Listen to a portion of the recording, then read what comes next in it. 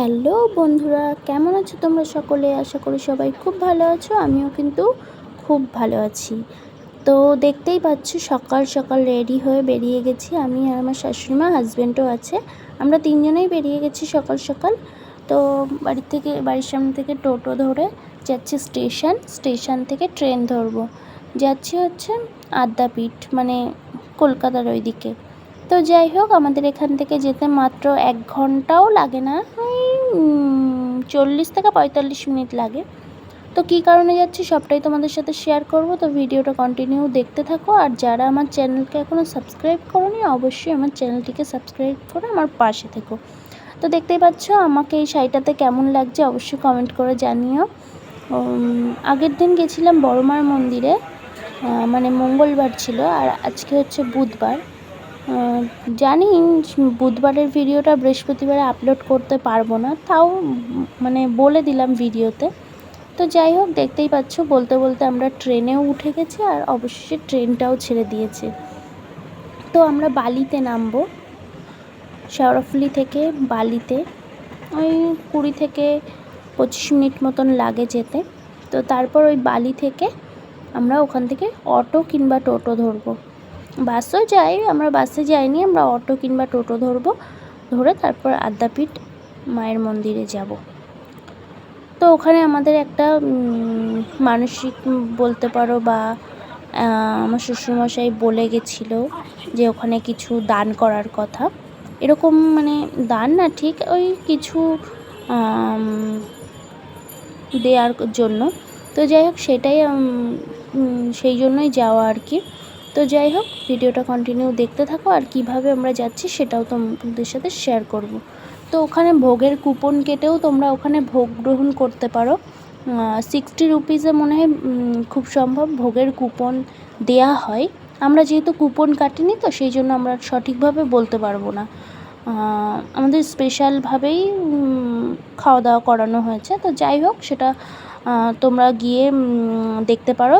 খুব একটা, মানে কি বলবো, নিরিবিলি ছিমছাম, যেমন দক্ষিণেশ্বরে তোমরা আর কি গিয়ে যেমনটা আর কি দেখো, সেরকমই অনেকটা ওখানেও একই রকম, সেম টু সেম।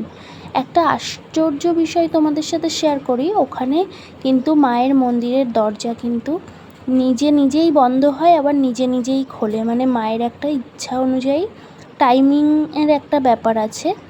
সকাল 8টা থেকে 11টা পর্যন্ত একটা মানে দরজা নিজেই খোলে, আবার নিজেই বন্ধ হয়, আবার বিকেল 3টে থেকে রাত্রি 8টা পর্যন্ত, সরি 3টে না, মনে হয় খুব সম্ভব 6টা কিংবা 7টা এরকমই হবে। 3টে থেকে এমনি গেটগুলো খোলা হয়, আর 6টা কিংবা 7টা থেকে আবার মন্দিরের দরজা নিজেই খুলে যায়। তো যাই হোক, দেখো আমরা এই ব্রিজের পাশ থেকে, ওই যে দক্ষিণেশ্বর মায়ের মন্দির, তো ওখান থেকে পাশ দিয়ে যাচ্ছি। অটোতে উঠে গেছিলাম, বালি থেকে ওপরের লাইনে উঠে অটোতে উঠে গেছি। তো অটোতে উঠে গেছি, তো অটো তো আর আদ্যাপীঠ পর্যন্ত যাবে না, এবার দক্ষিণেশ্বরে আমাদের নামতে হয়েছে। তো ওখান থেকে আবার টোটো ধরে আবার যেতে হচ্ছে। তো যাই হোক, বলতে বলতে আমরা চলেও এসেছি। এই যে এটা হচ্ছে মেন গেট, কি সুন্দর না? তো যাই হোক, এই ভেতরেই আমরা এখন আস্তে আস্তে প্রবেশ করি। তো তোমরা ভিডিওটা কন্টিনিউ দেখতে থাকো, আর কেমন লাগছে ভিডিওটা অবশ্যই কিন্তু কমেন্ট বক্সে জানাতে ভুলবে না। তো এই যে আমরা ভেতরে চলে এসেছি। মনটা তো খুব ভরে গেছে, কালকে একবার দক্ষিণেশ্বর না, নৈহাটি গেছিলাম, আর আজকে আবার আদ্যাপীঠে। যাই হোক, এই যে এখানে হচ্ছে একটা কাউন্টার, এইখানে হচ্ছে কেউ যদি কিছু দান করে, তারা এই কাউন্টারগুলো, এখানে 1 2 3 3টে কাউন্টার আছে, যে কোনো একটাতে গেলেই হয়। তো এখানে আমরা কথা বলে নিচ্ছিলাম, আর এখানে রসিদ করছিল, আমরা যেহেতু কিছু ওখানে দেয়া হলো, তো তাই জন্য এখানে কথা বলে নিচ্ছিলাম। আর এইদিকে পাশেই মন্দিরে মায়ের দর্শনও করে নিলাম, আমরা প্রসাদ পেয়েছি। খুব ভালোভাবে একটা সুন্দর জার্নি করেছি। আর কি পরিমাণে যে ভিড় হয়েছিল, প্রচুর দর্শনার্থী এসেছিল, দেখো চারিদিকে শুধু মানুষ আর মানুষ, প্রচুর ভিড় হয়েছিল।